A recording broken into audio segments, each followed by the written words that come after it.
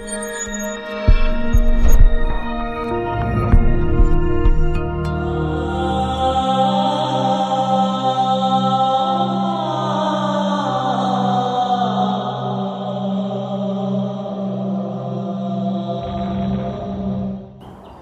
الله الرحمن الرحيم الحمد لله رب العالمين والصلاة والسلام على أشرف الأنبياء والمرسلين نبينا محمد وعلى آله وأصحابه أجمعين أما بعد.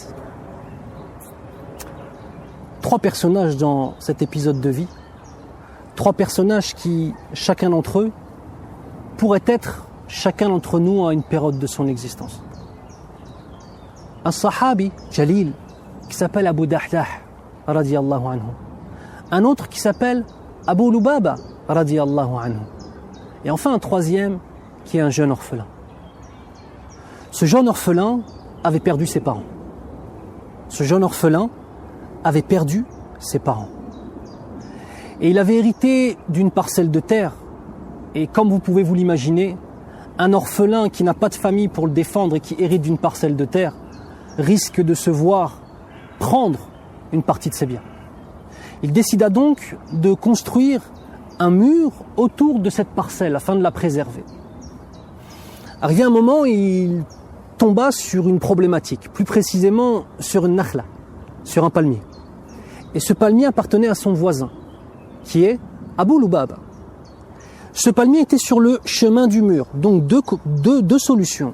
Soit il repose son mur sur ce palmier, soit il faut le raser pour laisser passer le mur. Il décide d'aller voir Abu Lubaba et de lui demander, au nom d'Allah Azza wa Jal, de lui offrir ce palmier afin qu'il puisse s'en servir. Abu Lubaba de refuser. Et qu'on se comprenne bien, c'était son droit, c'est sa propriété. Ce jeune orphelin, désemparé, désespéré, fait ce que tous les sahaba radiyallahu anhum faisaient, même durant le djihad fi sabilillah, tous allaient se réfugier derrière le prophète de l'islam, Muhammad sallallahu alayhi wa sallam. Il décide de retourner vers le prophète sallallahu alayhi wa sallam et de lui expliquer ce qui s'est passé. Je suis un orphelin, je construis un mur, mon voisin ne veut pas me donner ce palmier. Le prophète sallallahu alayhi wa sallam décida de convoquer Abu Lubaba. Abu Lubaba arrive, imagine. Il faut s'imaginer les choses, il ne faut pas simplement écouter les choses, les histoires comme ça. Il faut s'imaginer, tu es un homme et tu entends que le prophète d'Allah sallallahu alayhi wa sallam, celui que tu aimes le plus de tout ton corps sur cette terre, de toute ton âme et de tout ton corps, subhanallah, qui te convoque. Imagine ce qui se passe dans ton cœur. Quelle ne fut pas la déception d'Abu Lubaba lorsqu'arrivé près du prophète sallallahu alayhi wa sallam, il voit à ses côtés le jeune orphelin. Et ici le scénario se fait dans sa tête et il comprend ce qui s'est passé. Le jeune orphelin est parti se plaindre au prophète sallallahu alayhi wa sallam. Et là il est pris de colère. Le prophète sallallahu alayhi wa sallam lui dit, donne-lui donc ce palmier, tu en as d'autres. Abu Lubaba lui dit, ya Rasulallah, est-ce que c'est un ordre que tu me donnes ou bien est-ce que j'ai le droit de refuser? Le prophète sallallahu alayhi wa sallam de lui expliquer qu'il a le droit de refuser. Il dit, eh bien je refuse. A'tihi iyyah bi nakhlatin fil jannah. Donne-lui et en échange tu auras un palmier, où ça? Au paradis. Un autre sahaba qui était présent, lui, n'a pas été inattentif à cette parole. Parce que ce que nous a promis le prophète sallallahu alayhi wa sallam est une vérité absolue. Absolue. Qu'est-ce qu'il fait? Il va tout de suite voir Abu Lubaba et lui dit, écoute, donne-moi ton palmier, je vais te l'échanger contre ma palmeraie. Abu Dahdah, radiyallahu anhu, avait une des palmeraies les plus grandes de tout Médine. On dit 4000 à 6000 palmiers. Une des plus grandes de tout Médine. En gros, si on voulait faire une comparaison aujourd'hui, c'est l'équivalent de plusieurs millions d'euros par an, avec la récolte en fait de tout ce qu'il allait avoir. Abu Lubaba le regarde, t'as dit quoi? Répète, tu veux m'échanger ce seul palmier contre toute ta palmeraie? Et là Abu Lubaba dit, soyez tous témoins, tous soyez témoins. Il a échangé sa palmeraie contre mon palmier et je lui donne. Puis ensuite, Abu Dahdah regarde l'enfant et lui dit « Je te donne ce palmier ». Et Abu Dahdah radiyallahu anhu d'aller voir le prophète sallallahu alayhi wa sallam et de lui dire « Ya Rasulallah, j'aurais bien ce palmier au paradis. Hein. » Et le prophète sallallahu alayhi wa sallam de le rassurer et de lui dire oui.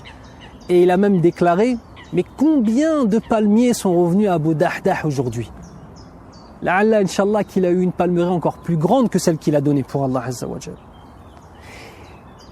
Mais l'histoire ne s'arrête pas là. Car dans cette palmeraie, il y avait sa maison, avec sa femme et ses enfants. Donc en donnant cette palmeraie à Abu Lubaba, il a aussi donné sa maison et tous les biens de sa maison. Et il décide d'aller récupérer sa famille. Sans même rentrer dans la palmeraie, de l'extérieur de la palmeraie, il appelle sa femme. Ya Umma Dahdah, ukhruji min al-ha'id, fa inni qad bi'tuhu bi nakhlatin fil jannah.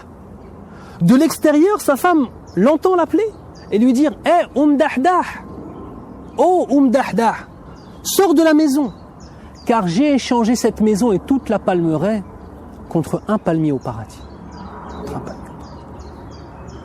Quelle fut la réaction de cette femme? Qu'est-ce qu'elle a dit? Ribhul bi'. Tu as certes fait une transaction avec le véritable bénéfice. Allahu Akbar. Ses enfants étaient en train de manger des dattes. Lorsqu'il voit qu'ils étaient en train de manger des dattes, il leur a tapé les mains et leur a dit laissez cela, ça ne nous appartient plus. Et il est sorti de la palmeraie avec sa femme et ses enfants. Un certain nombre de questions se posent. Abu Dahdah aurait pu tout simplement donner toute sa palmeraie à cet enfant. Et cet enfant aurait eu plus comment dirais, d'avantage à posséder cette grande palmeraie plutôt que d'en avoir un seul pour finir de construire son mur. Sauf que Abu Dahdah était complètement détaché de la vie d'ici-bas.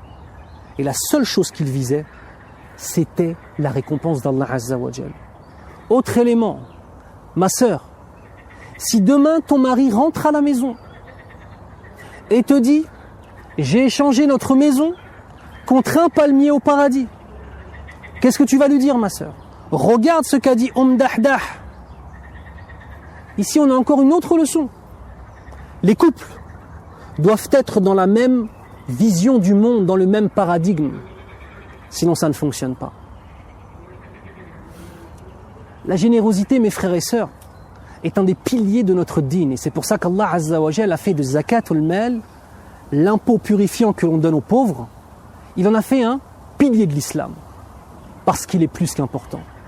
Il est le ciment qu'il y a entre nous. Le prophète sallallahu alayhi wa sallam nous dit dans un hadith La tadkhulul jannata hatta tu'minu wa la tu'minu hatta tahabbu.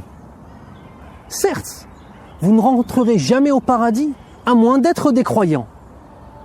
Et vous ne serez de véritables croyants que lorsque vous vous aimerez entre vous. Une solidarité, une générosité et le fait de savoir viser ce qu'il y a au-dessus. Voilà les modèles que nous avons, nous, en tant que musulmans, dont nous devons être fiers et que nous devons revendiquer, Inch'Allah ta'ala. Bi'idni Rabbil Alamin. Alors l'action, par rapport à cette histoire, est très simple. Et comme à l'accoutumée, c'est une action qui va se répéter tout le long de notre existence, Inch'Allah ta'ala. C'est le fait de savoir donner aux gens, même si on doute. On va prendre quelque chose que l'on voit aujourd'hui. Tous les frères et sœurs qui viennent de Syrie, ou bien même qui se revendiquent de Syrie, qu'ils soient syriens ou non, ou bien que ce soit des gens, des travailleurs, ou bien qu'ils étaient des mendiants en Syrie et qu'ils soient venus en France. Ya Akhil Karim, lorsqu'ils te demandent, donne. Donne. Ces 50 centimes d'euros ou 7 euros ne va pas changer ta vie. Dans tous les cas, cette personne qui du matin au soir est à côté d'un feu, au soleil ou dans le froid ou sous la pluie, avec ses enfants entre ses bras, dans ses bras, cette personne-là voudrait être à un autre endroit. Donne. Peu importe ce qu'il en fera. Tu es la personne, toi, qui va pouvoir récolter la récompense au jour du jugement. C'est ça le plus important. Et je vais partager avec vous une faïda, une chose que le noble cheikh Mohammed ibn Mohammed al-Mukhtar al-Shinqiti hafidhahullah nous a dit, lorsque j'étais étudiant à Médine, que j'ai eu cet honneur. Il nous a dit, ya akhi, lorsque tu vois une femme te demander de l'argent, ne refuse jamais, quoi qu'il arrive, ne refuse jamais. Parce que cette femme-là, dans le pire des cas, elle aura toujours un dernier moyen pour pouvoir se faire de l'argent. Et ce moyen, c'est la prostitution, qu'Allah nous en préserve. Le fait de donner de l'argent à une femme, tu la préserves de la prostitution, Inch'Allah ta'ala. Donc mes frères et sœurs, c'est vrai. Il y a des choses, des fois, que l'on voit qui nous déplaisent. Donne, parce que tu donnes pour Allah Azza wa Jal. Prends 20 € en début de mois, 30 €, 50 € en fonction de tes moyens. Va à la banque ou va à la boulangerie, fais-en plein de petites pièces de 50 centimes. Tu les laisses dans ta voiture et chaque fois qu'on te demande, tu donnes. Et c'est comme ça, Inch'Allah, que tu vas t'anoblir et que tu vas trouver une récompense immense au jour du jugement. Inch'Allah ta'ala. Wa barakallahu fikum. Wassalamu alaikum wa rahmatullahi wa barakatuh.